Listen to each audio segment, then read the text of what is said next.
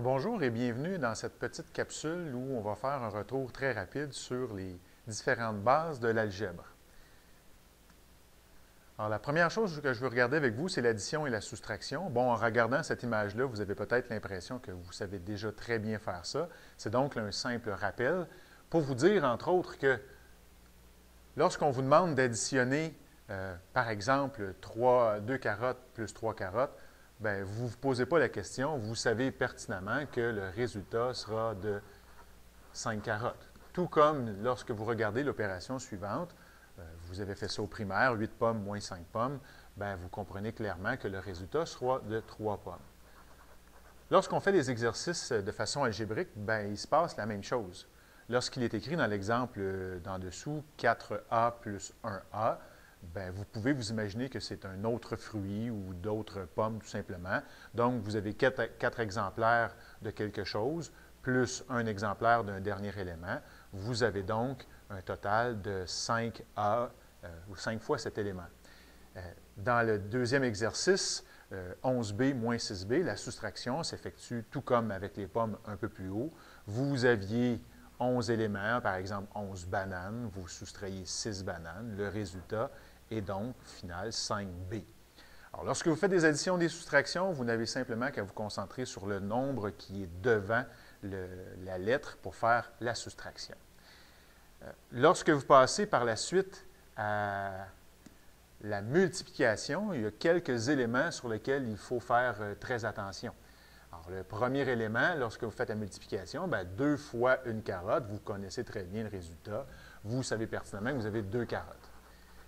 Lorsque vous faites une multiplication de 3 fois A, bien, le même exercice se poursuit. Vous avez 3 fois quelque chose. Cette fois-ci, ce n'est plus un légume, c'est une lettre. Donc, 3 fois A, ça donne tout simplement 3A. Comme vous aviez dit 2 carottes ici, bien, 3A, tout simplement. C'est comme donc si le point qui était là bien, disparaissait. Même chose pour A fois B, ça devient maintenant plus abstrait. On ne voit pas le nombre, on voit simplement 2 lettres qui se multiplient. Bien, on va faire comme dans l'exercice précédent, faire disparaître le point.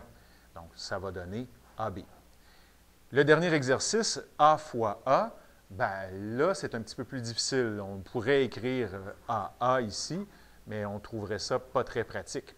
On a inventé une façon d'écrire ça lorsque deux choses sont multipliées entre elles. On va préférer écrire A à la 2. Tout comme, si tu te rappelles bien, lorsqu'on veut calculer l'aire de quelque chose, alors des centimètres fois des centimètres, lorsqu'on fait une multiplication, bien, ça va nous donner des centimètres carrés, puisque c'est 2 centimètres qui se sont multipliés. Je continue avec la multiplication encore une fois.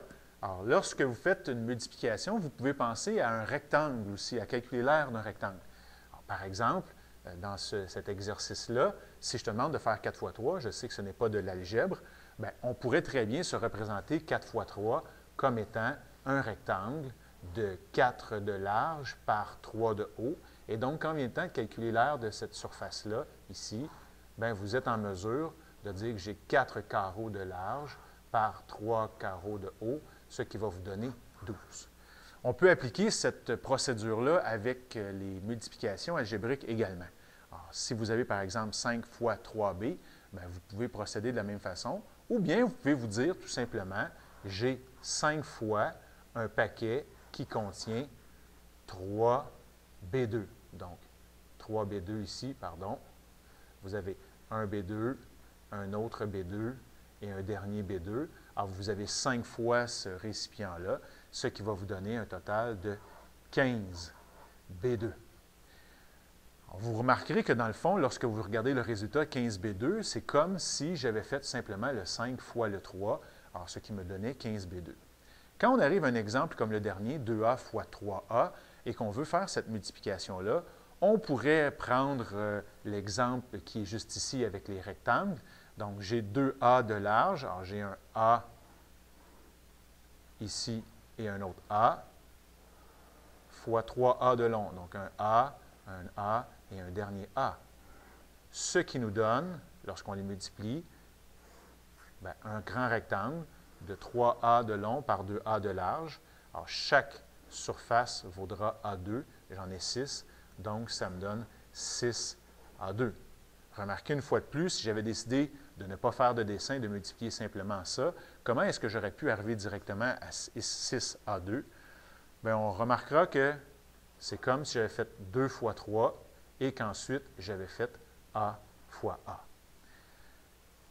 J'espère que ça va toujours pour vous. Dernière acétate en ce qui me concerne. Alors, je continue avec les termes semblables maintenant. Alors, simple rappel, en algèbre, à l'occasion, vous allez avoir des lettres qui sont placées dans un ordre différent. Alors, si je vous demande est-ce que AB et BA, ce sont des termes semblables, certains vous diraient oui, d'autres non. Pour vous montrer que c'est effectivement le cas, qu'ils sont semblables, bien regardez, alors j'ai dessiné un rectangle qui avait B de haut et A de large, et dans ce cas-ci, A de haut et B de large. Alors, quand vous multipliez A par B, ça va vous donner AB.